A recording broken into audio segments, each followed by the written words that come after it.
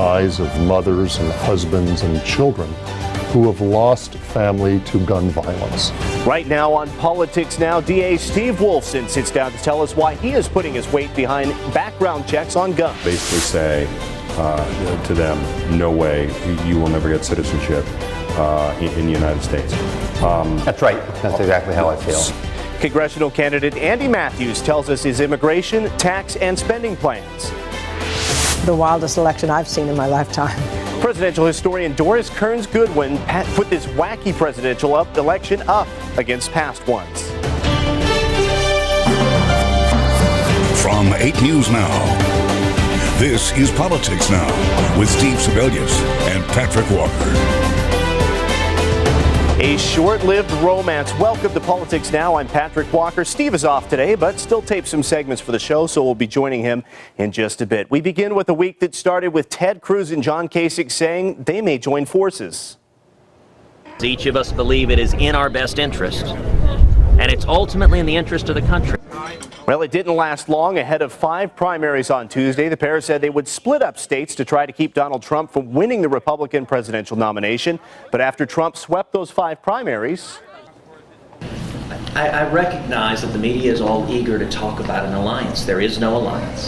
Reversing course, Ted Cruz says it was just a decision where to focus their energies. All right, so let's head over to the storyteller now and see how all of this is playing out. Again, 1,237 delegates for the Republicans is where they need to go. Donald Trump sitting right now just shy of 1,000, so he needs about 240 to get to that point. 54% is the magic number for Kasich and Cruz. If they can get 54% of the delegates, that'll put Donald Trump just shy of that number. When we go over and look at the delegate count on the Democratic side, you can see our numbers here, 1,645 to 1,318. This is without the superdelegates, so with about 1,200 delegates in play, and with all the superdelegates counting Hillary Clinton, really it's only about 200 away from that magic number, so that is all but locked up for her.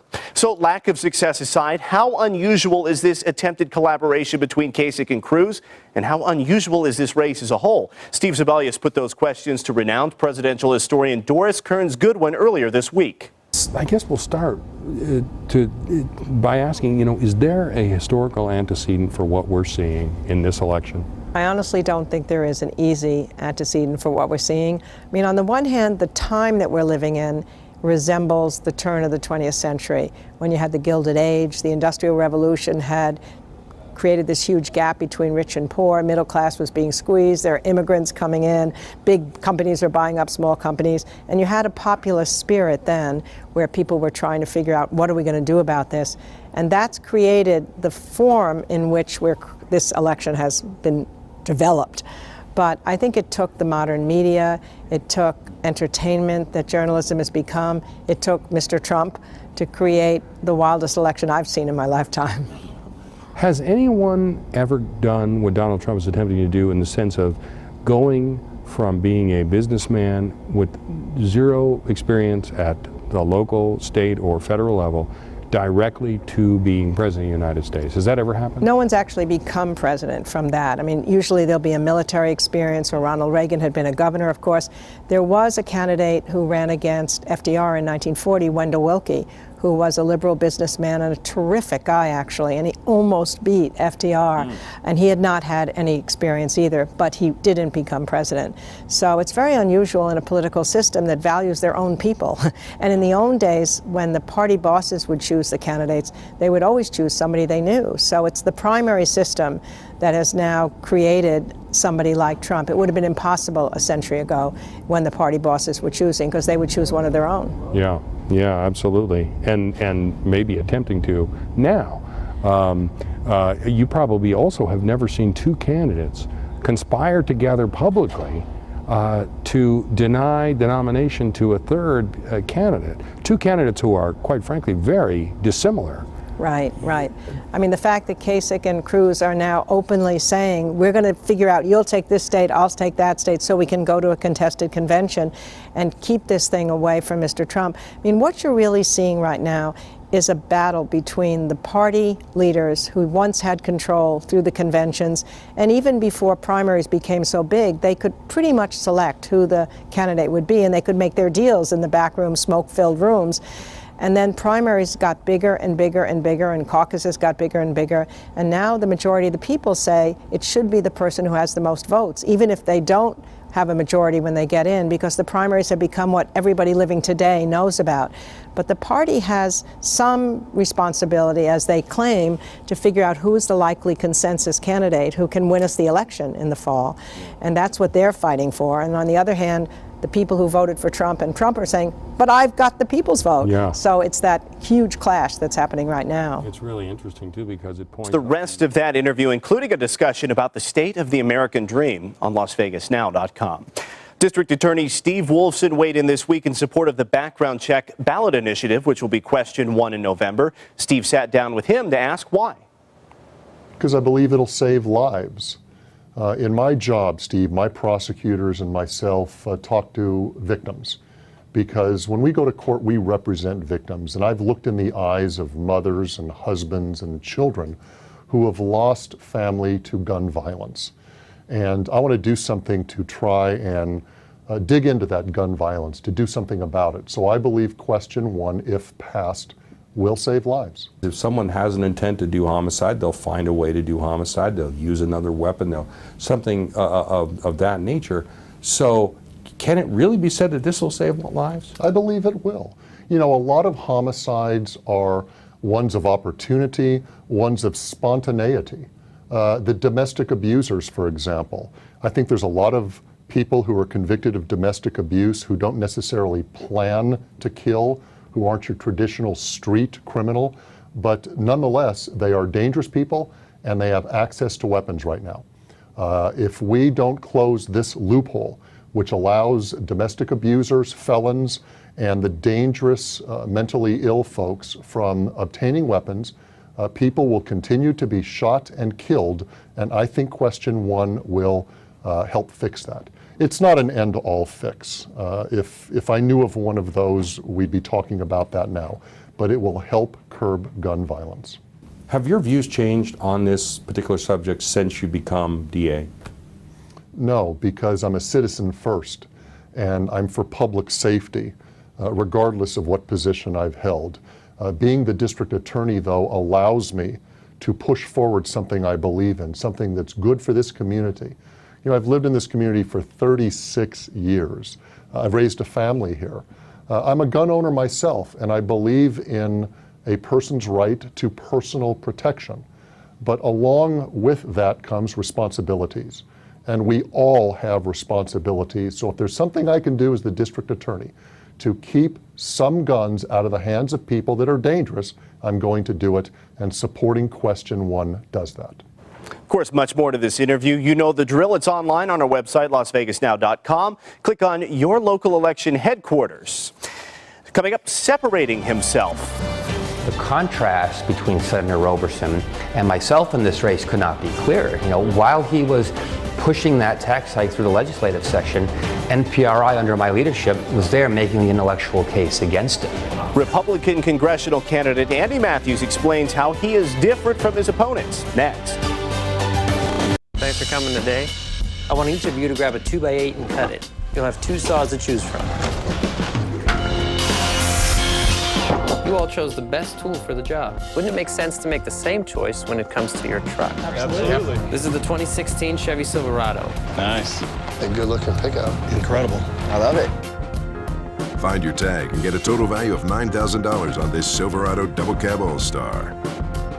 Find new roads at your local Chevy dealer. The world is getting more dangerous. Your home may not be as safe as you think. Trust Rolladen Rolling Shutters to protect your home, your business, and especially your family. Your windows alone can't stop burglars. You need the protection only Rolladen Rolling Shutters can provide. With durable construction and insulation, you'll be safe and secure while saving up to 60% off your energy bills. Rolladen introduces Fire Sense. It automatically opens your shutters in case of fire. Call Rolladen Rolling Shutters for details. 702-878-1072 for your peace of mind. We've been working hard to keep energy costs low. How low? We've lowered our rates 3 times in the last year. We also offer programs and services that help you lower your bill. And we won't stop looking for more ways to go even lower. Why? Because we're Nevadans, and we're customers too. Can I keep going? Hello? $239 at signing and $239 a month for a brand new Hyundai Tucson at Hyundai of Las Vegas. Combine safety, style, and premium technology and you get the 2016 Hyundai Tucson. Visit HyundaiofLasVegas.com and browse our inventory of new Hyundai Tucson SUVs. $239 at signing and $239 a month for well-qualified lessees only at Hyundai of Las Vegas on West Sahara just west of Rainbow. Don't miss this sale. Welcome back to Politics Now. We have been interviewing all of the congressional candidates on this show, and this week we continue with Andy Matthews. He was the president of local conservative think tank NPRI for 4 years. Now he's in that crowded primary Republican field in the Congressional District 3 race against Michael Roberson, Michelle Fiore, Danny Tarkanian, and others. Steve sat down with him to talk about what sets him apart. When it comes to Nevada and when it comes to projects for this state, if you get elected, I imagine that there will be a lot of people reach out to you and say, we really need these funds for I-11. You know, we've got to connect these things. Is that something you would vote yes on?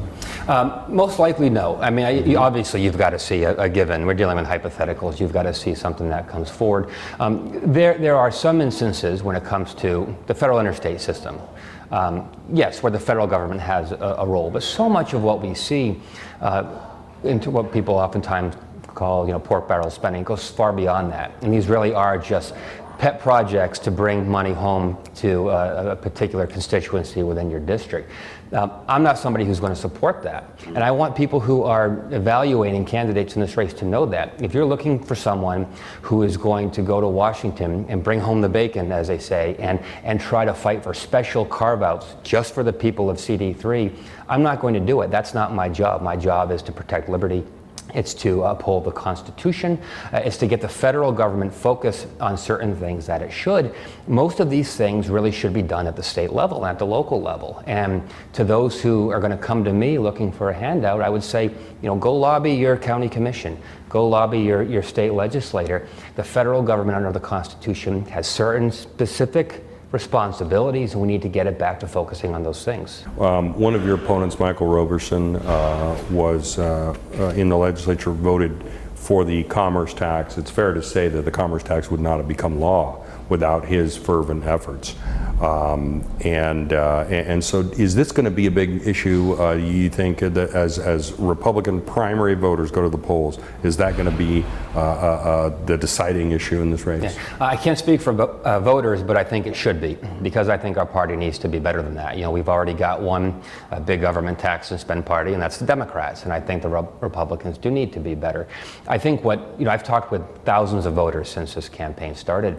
What a lot of people are most angry about in terms of Senator Roberson's record is not just that he pushed through the largest tax hike in state history, but that he did this after campaigning for re-election to a state Senate seat as a friend of the taxpayer, and that he's now out running for Congress talking about his record of cutting taxes when the record says something entirely different.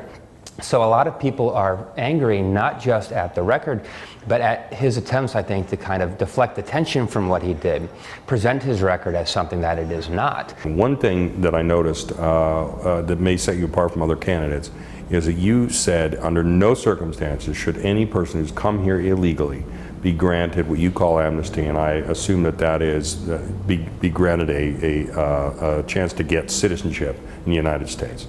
So those folks who are here, the estimates are between 12 million and could be higher, basically say to them, no way, you will never get citizenship in the United States.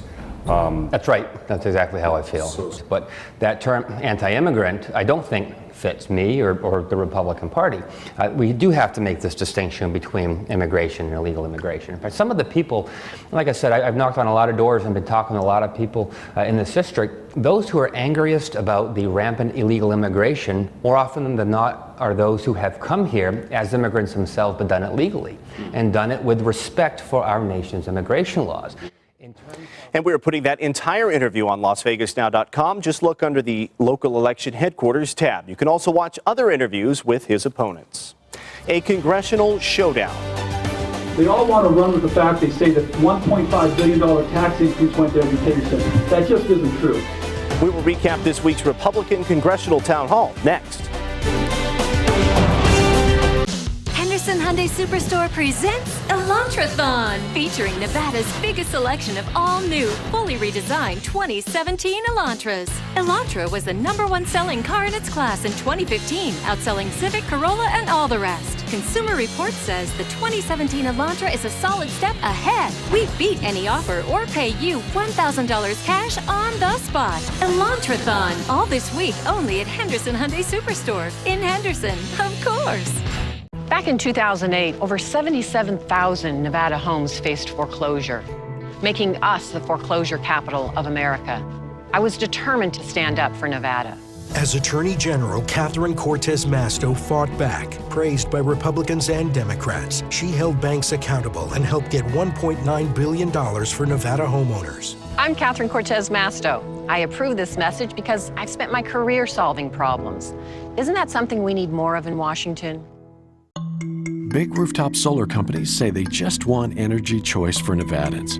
The truth is, their plan gives you no choice. Big Rooftop Solar's plan forces Nevada families who don't have solar panels to pay higher power bills to subsidize rooftop solar. A government-mandated subsidy with no limits that will go up and up and up. It's not a choice, it's a mandate, and they want you to pay for it. Find out just how much it will cost at solarenergyfairness.com. Terror on the Strip is one of Metro's biggest concerns. And now there's evidence of a possible test run. Could have been a dry run. Tomorrow at 11, George Knapp uncovers suspected terrorists at practice. So why haven't they been charged? Tomorrow on 8 News Now at 11. Oh, it's going to be a scorcher. That's what Ted said. Heat warnings have just been issued. It's going to be a scorcher tomorrow. 8 News Now's Ted Plorendo with your most accurate Weather Now forecast, certified by WeatherRate. Watch 8 News Now weeknights to see what Ted says next. You're watching Politics Now. 'Cause we travel on the bus all day, we get to play. We get to play. I believe she was singing to Cruz's daughters. But she had pretty good intonation, didn't she, Joe? What number do you text to make her never do that again? Why was that bad? It wasn't good. It made me wish. Good. Made me wish she was running again. I like her little song. No, not good. Not good. Not good for Ted Cruz. He's announcing his VP pick. It's like a guy who plays fantasy football thinking he's going to the Super Bowl. Well, that was a new segment we are introducing called Politics Light. We'll be featuring some of the lighter moments from the week on the late night talk shows. All right, now it's time for Face Off, taking a look at the issues from the left and the right. Today, Battleborn Progress Executive Director Annette Magnus and KXNT radio host Alan Stock tackle anti-Trump demonstrators in California. Let's look at the presidential race as well. So the big one left, obviously, is California. California, the site of Donald Trump and an issue with protesters at the rally, a rather large protest. It got violent, a police car being smashed. What does that say to you now as he turns his eye to California? You know, it was bound to happen. It's been coming. We've been seeing more and more violence at his rallies and people protesting. I mean, this is going to keep going, and it's an unfortunate thing. And I think when you have a candidate who is pushing so hard on really hot button issues and frankly being kind of disgusting in some of the things he says, honestly, it was only a matter of time until something like this happened, I think. I don't know if that's an excuse for these people. It's not, but yeah, because what happened was these people are animals rioting in the street, breaking police cars.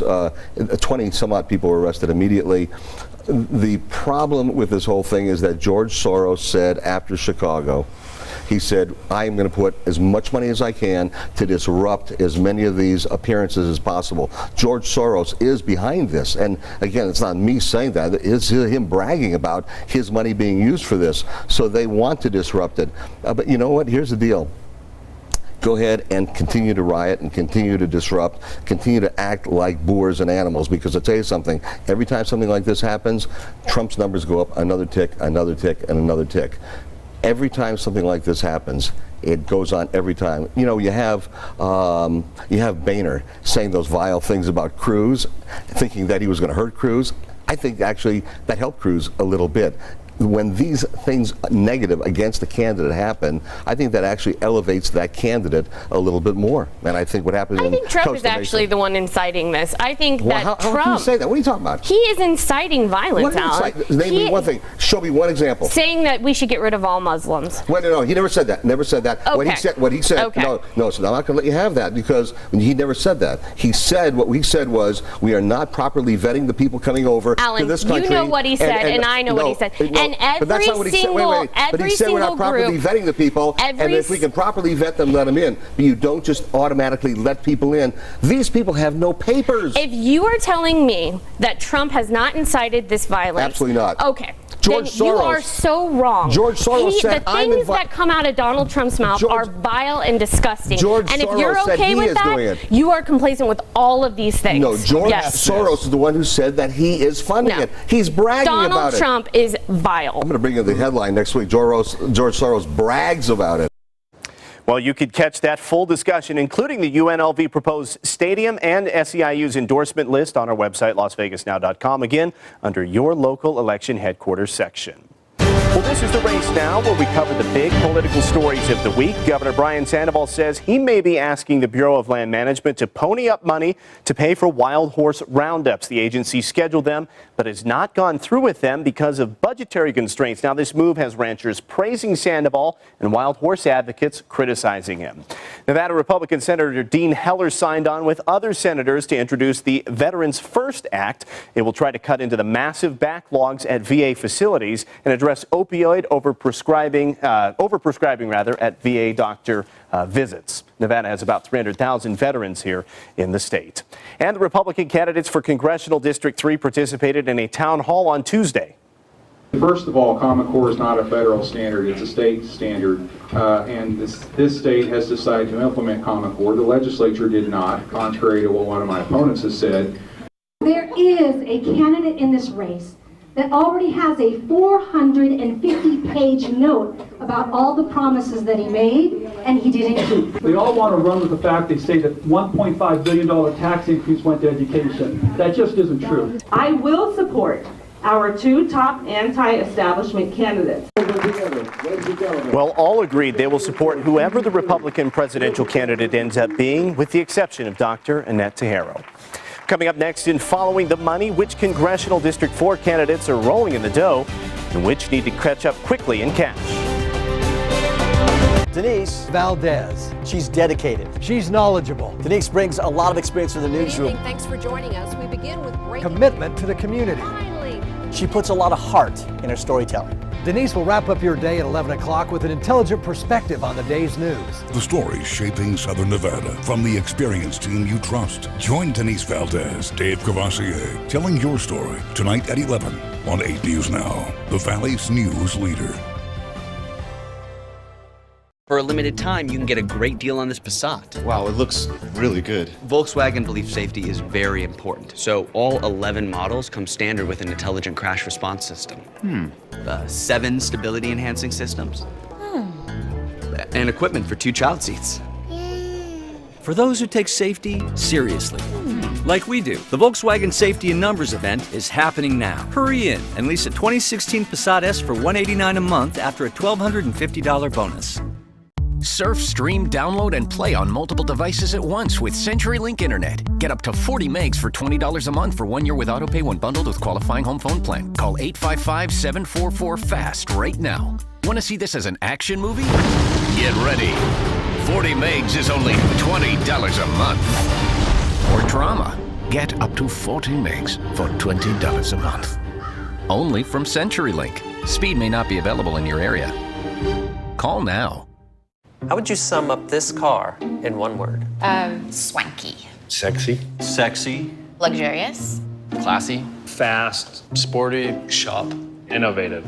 Sleek luxury sedan. Okay, that's more than one word. This is the all-new 2016 Chevy Malibu. That's impressive. Where's the local dealer around here? Current qualified competitive lessees can get this all-new 2016 Chevy Malibu LT for around $199 a month.